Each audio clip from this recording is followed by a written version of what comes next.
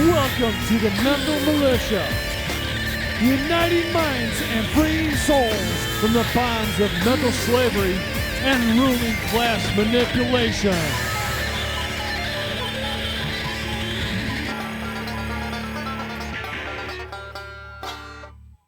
Neo-feminism takes everything to an imbalanced extreme. And that's what it's designed to do by the Satanists and social engineers who invented it as a divide and conquer strategy and as a dialectic to weaken women. And I want to say, I don't want weak women in society. I don't want weak men in society either. But when women are weakened and go into this unholy feminine dynamic, it has a chain reaction effect that is far more destructive than anything anybody can do. And I want to make it clear, before I even move on to the last aspect of neo-feminism that I want to talk about in this brief list, that I really want to champion women as change agents within our society. It's something I'm going to talk about at the very end of this extended presentation. Women could be the most powerful change agent champions if they step into that divine feminine role. That is one of the biggest sacred feminine energies that I hope I continue to embody. And yes, I have a lot of masculine energy, okay? And I'm harsh with that a lot of the time. But my entirety of my reasons for stepping into this role as a teacher and influencer is based in the sacred feminine dynamic of care. True care, what I call the eighth and lost Hermetic principle, that is it's not even lost. It's so all-encompassing that I don't even think the Hermeticists saw this principle because it's so big. They're trying to focus on the individuated. And again, it's like not seeing the forest because you're focusing on one tree or seven, as the case may be. The dynamic of care, the principle of care, encompasses all the other seven Hermetic principles in the cosmic egg. And that is the boundary. That is the feminine, sacred feminine womb from which everything else springs. That's the womb of creation. How could you not incorporate the principle of care? It's the generator of our entire quality of experience in life.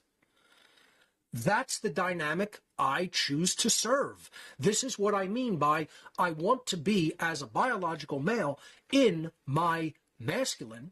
However, I am going to also blend and balance that and be serving the role of the dynamic of the sacred feminine in the course of my work, because it's all based in the principle of care. It's the same thing that a true, courageous, and strong woman who is not conditioned and mind controlled by neo-feminism and the satanic agenda that created it, if they stay with, as a biological female, stay within their feminine energy, yet balance and incorporate the principle of self-defense and defense of truth, they're incorporating that sacred masculine dynamic into their mental gender. And you can see how that dynamic interplay is going to create the best people, the strongest people, the people who are going to be complementing each other, cooperating with each other, and most of all, defeating tyranny. And God forbid we don't want that, because the social engineers and Satanists, that's the last thing they want. That spells doom for them and their agenda. So this is why I feel like this presentation is so important to revisit, because I really don't feel people got it when I delivered it. I think the people in the room, pretty sure they may have gotten it, right? I'm not discounting the people who were there and saw it and, all of that. I'm talking about the wider world. Like, this has to get out there to the wider world of normies, of people who don't usually think about these things, and especially the women who have been devastated and weakened by this satanic agenda. They're really victims of it. They're embodying this agenda. They're enacting it. They're completely brainwashed and just, going along with this agenda and saying whatever this agenda and its engineers want them to say. They're behaving how they want them to behave. And it's not doing them any good. It's really having such a terrible backlash in society, not only for men, and it's hurting men in many ways too, least of all emotionally. but or perhaps most of all emotionally, but it's weakening women in every aspect. It is not good for you. It's, as George Carlin said, and he did a whole, special called "It's Bad for You." It's really bad for you. Okay? This is poison. I would not only say that neo-feminism is poison, I would say it's spiritual cancer. It's spiritual cancer. Okay? Not mincing any of my words and saying it exactly how it is. Let's look at this third dynamic of neo-feminism. Again, classical feminism just wants equality and rights. That's where it has to be at. It's not in equality in gender, sameness in gender, equality under natural law. And we'll talk about that. The third and final aspect that I just want to cover here on this slide is that neo-feminism champions the idea that matriarchy should replace the current quote-unquote patriarchy. I put that in quotes because we don't have a patriarchy. Okay, as I said, we have an occultocracy. Not only do we have an occultocracy, we have a technocratic occultocracy, which seeks to impose rule of occultists through technology and through technological means by not only engineering things such as social engineering and mind control, but bioengineering things, putting chemicals into the food, the water, the air, etc. Literally changing and blending genders from a biological, physical point of view. We're under dysgenics in the physical, not just mental dysgenics and spiritual dysgenics. It's a very real, visceral, physical, in the body agenda of devastation and degradation.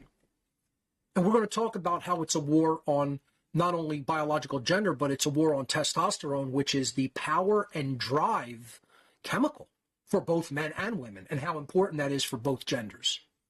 That's what they really want to devastate in the body, is testosterone.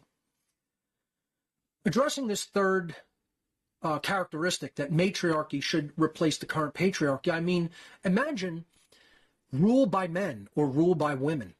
I mean, it's subjugation of the opposite gender. First of all, who thinks that's a good idea, whether you're a man or a woman? What men thinks that men ruling women is a good idea? What woman thinks that women ruling men is a good idea? I'll tell you who. The completely inauthentic, brainwashed, spiritually deadened, and weak man or woman, respectively. If you're strong, if you're truly within your natural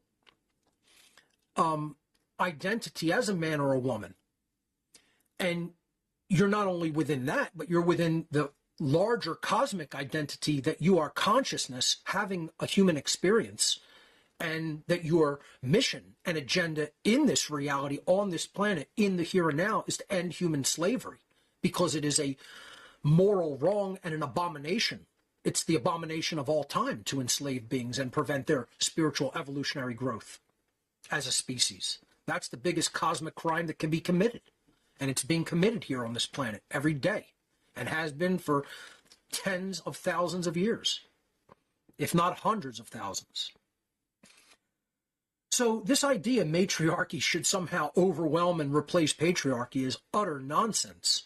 I mean, this is the abuse victim cycle perpetuating itself, because women were not treated with equal rights in the past. They think they should usurp men in society, take, their assumed roles in positions of power and reverse the roles, and women should be subjugating men.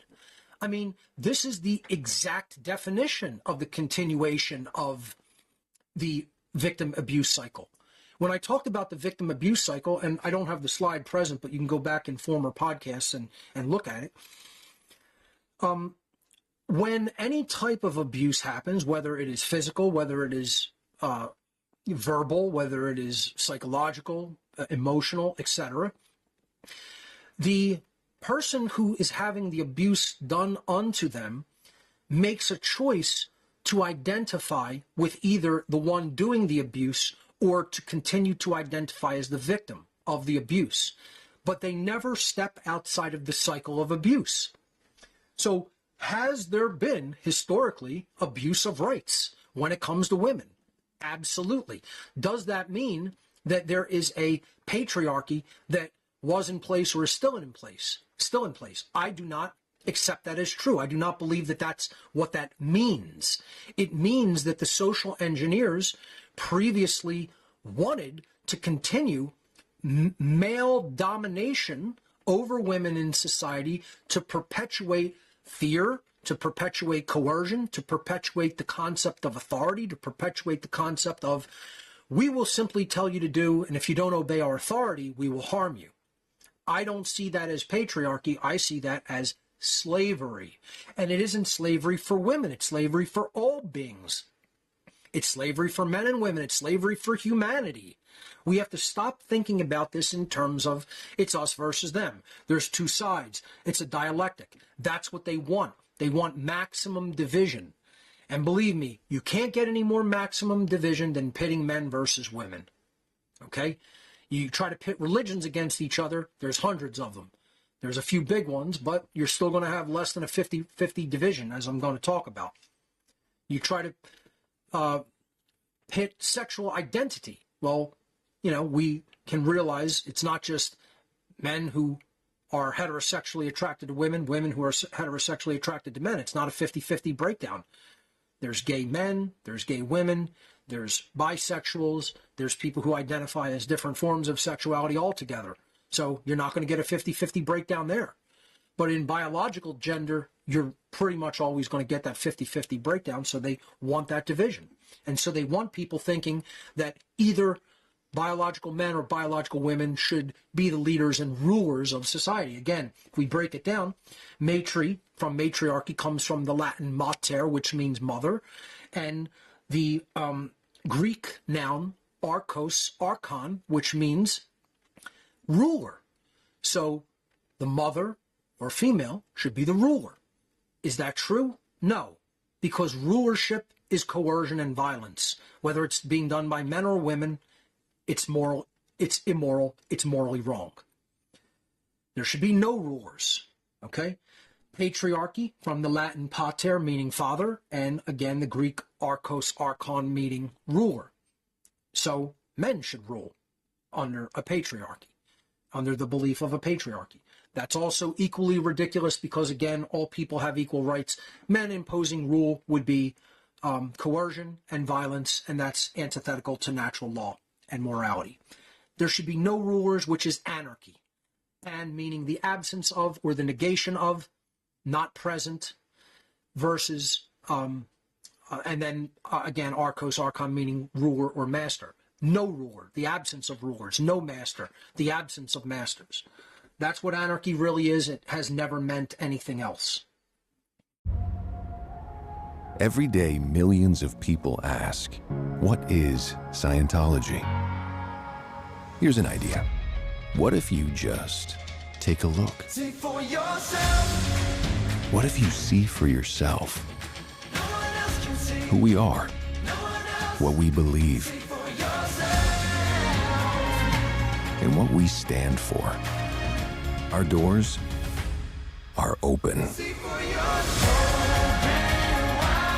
to all people of all faiths in every corner of the world. Just look inside. You will know it when you see with your own eyes. So what is Scientology? See for yourself. Maybe it's time to look and decide for yourself.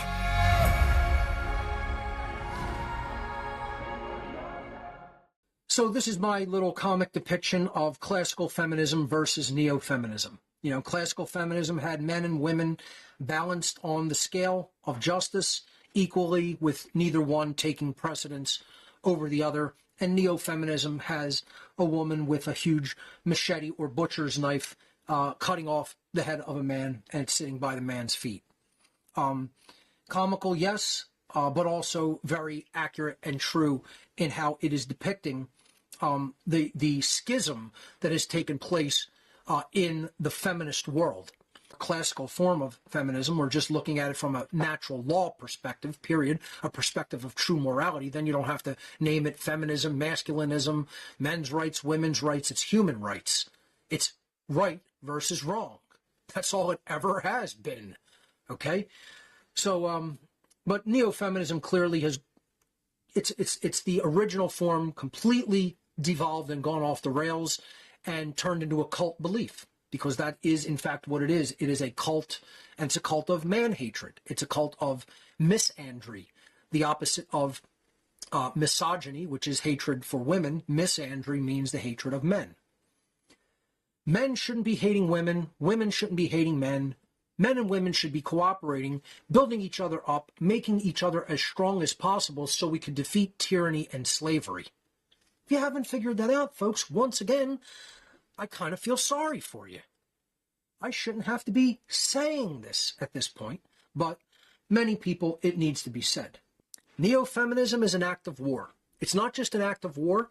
It is the very thing that is weakening women. It's not just an act of war on men. It's an act of war on women. It's an act of war on humanity. Neo-feminism is a program of social engineering or mind control, which is specifically targeted at women in order to incite a war between the sexes in a divide and conquer strategy. What does that accomplish? That weakens all of humanity so that we become easier to rule. We become easier to control. We become easier to deceive. We become easier to enslave. The long-term goal of this manipulated gender war is to weaken both genders to such an extent that it becomes much easier for the entrenched ruling class to subjugate both men and women under their worldwide system of totalitarian control. And they're well on their way to this agenda and its fulfillment. They are winning. We are not winning. We are not seeing the divide and conquer strategy as a people. And believe me, all I need to do is step outside my door to prove it. And, you know, it's definitely improved the further out into the suburbs and the suburban and ultimately rural areas that you go. It has not necessarily reached a crescendo of power in those regions, largely because universities are not centered there, which teaches neo-feminism and its satanic agenda. You have people who operate a little bit more according to common sense and their intuitive capacities and are less formally educated according to the indoctrination system, which is not to say that they are uneducated. They're differently educated, and they don't buy into the agendas of the modern indoctrination system as much, the more into the rural countryside that you go. This is certainly true because the social engineers, the Satanists, want the bulk of people. And the bulk of people, let's face it, are concentrated in modern cities. It used to be 80% agrarian culture and 20% urban. It is now at least reversed, if not more. It's probably far closer to 90% urban and only about 10% agrarian/rural. So it's a numbers game, and that's where they want to go. It's like putting a computer virus out into the world, just like neo-feminism is a virus of the mind. What are you going to target? Are you going to target Linux? No. You're going to target Windows. Are you going to target the Mac? No, you're going to target Windows. Windows is where about 95% of the user base of the world, especially in the business world, where important computers are probably going to be used and employed and deployed in a business capacity. You know, not to say that that's the important thing of the world, but they look at it like, hey, that keeps the economy running. So they want to put the virus in a place that's going to attack that dynamic of society. You're going where the numbers are, right? It's the same thing with neo-feminism. They're going to attack the cities. They're going to attack universities. They're going to put the agenda in the universities that are focused and concentrated on urban life because they're going to get the numbers that way. So just wanted to touch upon that aspect of it there. And this is what I've just been referring to this dynamic as. It is a gender war. So this is warfare. Again, what the occultists and social engineers ultimately want to create is what they themselves refer to as full spectrum dominance. This means you're going to conquer people in every conceivable way. You're going to beat spirituality out of them. You're going to weaken them physically. You're going to make them ignorant. You're going to pit them against each other in every conceivable dynamic, religion, age, gender, okay? They want people divided so that they're easier to control and conquer.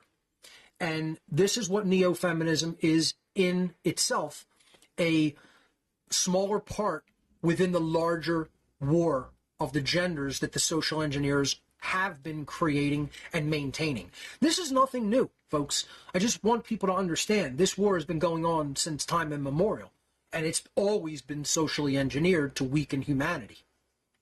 It's not a natural thing. War is not natural. War is engineered. This is no different. This is a mental war. It's psi war. Okay? You have aspects of war that are physical. They're dynamic. They're engaged in the physical domain with bombs, bullets, planes, missiles, etc. That's called phys war. And, you know, it sounds like, oh, fizzy bubbles. No, like physical. Phys war. Physical war. Okay? Traditional warfare. Then you have psi war. Okay? Psi war is war in the mind. It's disinformation, misinformation, deliberate deception, misleading people, indoctrinating people, putting them under a spell or a trance to get them to think things that weaken them so that they can easily be conquered. It's one of the biggest aspects of warfare is psychological warfare. The gender war falls firmly under the category of psi war, psychological warfare. We are talking here in this presentation about psyops. Okay? Psyops. And neo-feminism is a psyop. So let's look at what the gender war is and why it's so important to the social engineers and the satanic ruling class. Most people are completely ignorant of the fact that the ongoing and largely undeclared gender war is an occult eugenics agenda and psi war. It's psychological warfare. It's a psyop. My intention in presenting this information is not to further divide the sexes, but to expose this covert occult agenda, which is being implemented by dark occultists who seek to subvert the true natural order and replace it with their twisted and depraved religion of death and slavery that they themselves call their New World Order. I call it the Dark New World Order. We need a New World Order, but it has to be a New World Order of freedom and true, lasting, positive change through enlightenment and defeating psyops, purging psychological viruses, mind viruses. They are trying to impose their dark New World Order of slavery and death upon humanity. And they're very successful in doing so because it's a chess master playing a baby. It's Bruce Lee at his peak, having a martial arts competition with a baby in a high chair eating string peas. It's a no contest where it's at right now, folks. Until we know as much about what they do to the human mind as they know about how to do this to the human mind, there's a complete imbalance of power. A differential in knowledge invariably leads to a differential in power. That's what the dark occult is. That's what it is doing. And until people wise up to this undeclared gender war and decide we ain't going to fight it, things will continue down the path of slavery for both men and women because it affects them both. You pit people against each other, you get them to see each other as the enemy instead of the occult manipulator as the true enemy. Look, folks, it's worked the same way for tens of thousands of years. Why would they need to change their strategy? As long as you're conducting your strategy on a population of dumb ignoramuses that don't understand what you're doing to them, what do you need to change strategies for? It always works. It's working now. It's going to continue to work as long as people remain as dumb as they are and choose not to come out of their ignorance. Are we capable of coming out of our ignorance by an act of our will? Yes, we are. All the information is present. We have the capacity to do it. What's lacking is the will to do it. Because we're lazy. We want things to just continue the way they are. We don't want to step up. We don't want discomfort. We don't want to put skin in the game. You know, it's hard work. Coming out of ignorance is hard work. Believe me, I know it. I was an ignorant fuck at one time.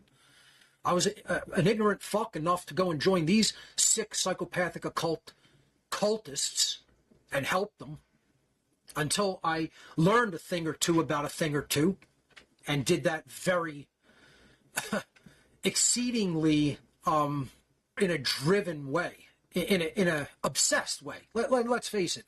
I took in information in an obsessed way. You know, when I do things, I do them all the way. So, you know, it took years of me, you know, delving into this information obsessively. I like to think that because of my efforts and because of many other people's efforts, both men and women, it's easier for people to come out of the trance today than it was even when I came out of it back in the early 2000s. Because information can be condensed now. It can be put in formats like this, and people can learn this in a couple of years instead of a couple decades. Maybe even less than a year if they're very driven, you know? And again, drive is going to play a big part in this, because the chemical that formulates that biologically in the body is the one that's under attack the most, which is testosterone. What the gender war is, what the whole avenue of psyops that created the neo-feminist movement and agenda is it is a dialectical manipulation. It's what I call polarization dialectics. And I've talked about this in my psyops presentation and in many other presentations that I've given over the years. So what is dialectical manipulation? What is a dialectic in general? How does this act as a manipulation strategy in the human mind as part of psyops, psy-war? The word dialectic is derived from the Greek preposition dia, meaning through or by way of, and the Latin noun lectus, meaning choice. Again, an election is something that stems from choice. Election. El can also mean God, and lectus. So you can look at it as from choice or out of choice. Election, electus, because the preposition e means from or out of in Latin. Or you can mean it as el, which means in the ancient world, el, this or Elohim was the Hebrew word for God. So election could also mean choosing a god, because that's what it is. It's choosing a master. El or Elohim, and Archos, Archon, is just a different way for saying a master over someone else in either Latin versus Greek. It's time to rediscover the human soul. Not the mystical, the metaphysical, or the supernatural. We're talking about the source of your abilities, your motivation, your vitality. The thing that makes you, you. We're offered a dream of convenience, but what of self-fulfillment, happiness, peace of mind? No more speculating.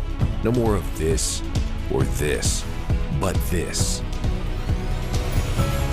It's time to find out for yourself, to look, to know.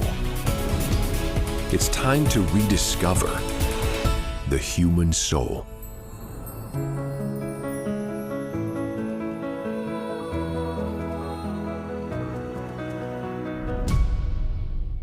You know, so in Greek, it's archos, archon, where anarchy comes from, the absence of a ruler or a master or, you know, a god in the sense that it's a being that's trying to play God. It doesn't mean no God in the sense of there's no cosmic God that created the universe and its laws. It means that there is no God above you in human form that's playing God, that's trying to usurp the role of God as being the author of law. So it's an interesting dynamic that you could look at an election like that, but just, you know, it's the same word, the same root word from Latin, lectus, or choice, that the word election comes from.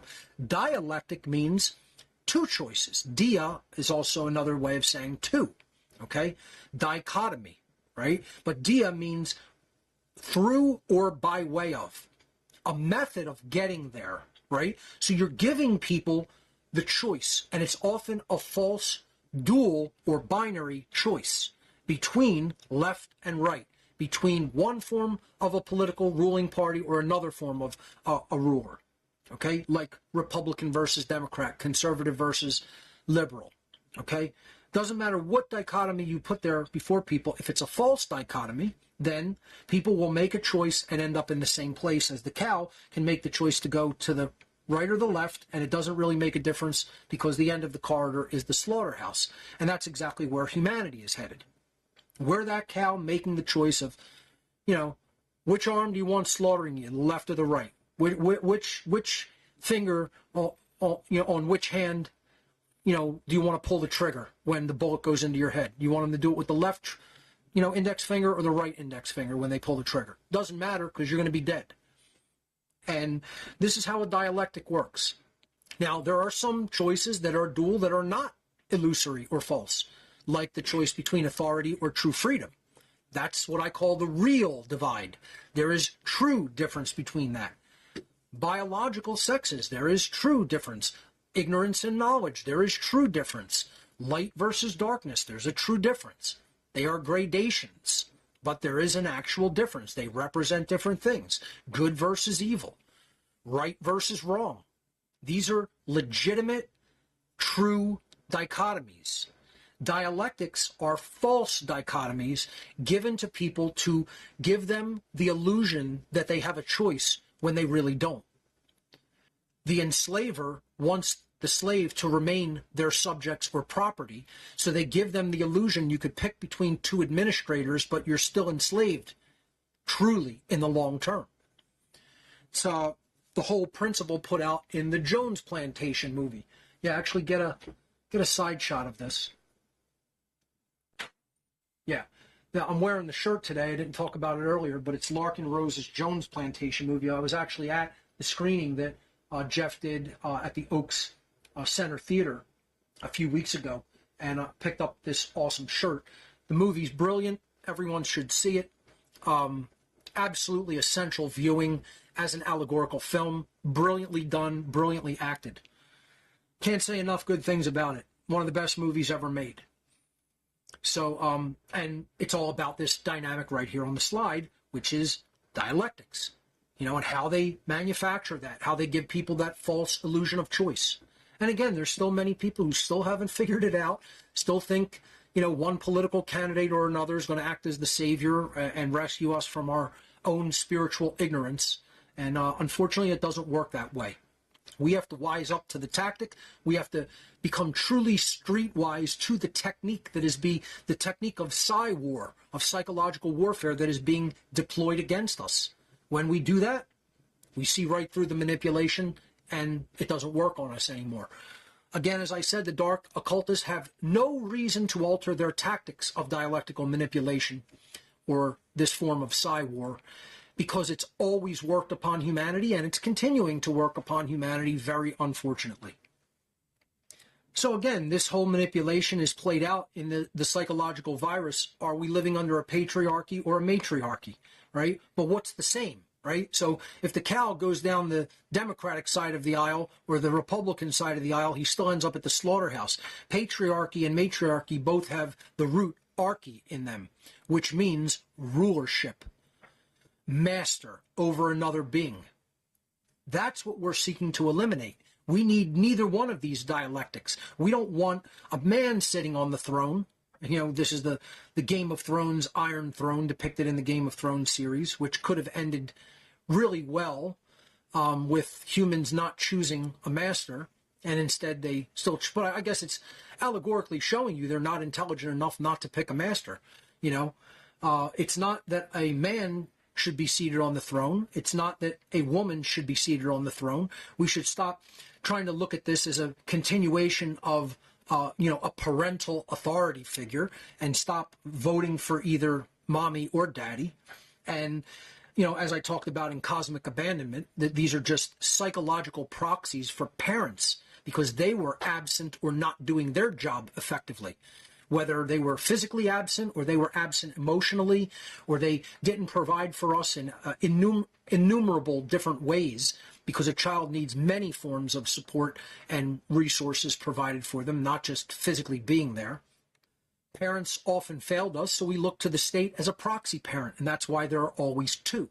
The mommy or the daddy. The Democrat is the mommy and the Republican is the daddy. In this case, obviously, it's two Democrats, but that's not really the point. The point is that you're always trying to pick a parental figure in the political dialectic, and you're always picking a master. The Iron Throne represented the ruler of the Seven Kingdoms in the Game of Thrones allegorical TV show, And the answer is no one should be ruling humanity. No one should be chosen as king. No one should be royalty. There's nothing special about the blood of any king or queen, and never has been. Royalty's always been an illusion. It's been a dialectic. It's saying somehow I'm different and better than you. And it's all a ruse. It's all a psy-war. It's all a psyop. When in fact, the root of both of these terms is arch, which comes from archon. Archos, archon in Greek means ruler or master. We have to look past the dynamic of who's seated upon the throne and look at the dynamic. There's a throne, and there shouldn't be one. There shouldn't even be the concept of a throne to sit upon and rule from. That's the problem, is that you believe that authority is real and morally legitimate, and it somehow exists and should continue to exist, instead of seeing it as a complete hallucinatory psyop that is a mind virus and part of a larger psy-war against the human population, to get them to continuously choose slavery when they should choose real freedom by throwing off rulers and refusing to have any ruler in their lives. The only ruler in our lives is the God of creation and its laws of the universe that it has laid down in the universe irrevocably and unchangeably. That's the only ruler of creation. That's why the tarot card number 11 is the justice card, which is what I've continuously told people is the ultimate dynamic force within creation. It is the force that can never be unseated from its rulership. Natural law brings us the experiences that we will have to undergo because of how we behaved. The universe is a justice-conserving engine. It's a justice-conserving machine. It's a justice-conserving holodeck or mental construct, if you will. According to the first principle of Hermeticism, all is mind. Everything is a construct of the mind of the all. And we are here to learn the difference between right and wrong behavior and learn and grow in consciousness. So there shouldn't be a throne at all. And in Game of Thrones, all of the people who clung to the power of the throne, the Iron Throne, were killed. They did themselves in. If somebody else didn't do them in, they did themselves in. They, wrought the karma that they brought upon themselves. And the only creature that was actually intelligent enough to destroy the Iron Throne by melting it with its fire was the nature force represented by the dragon.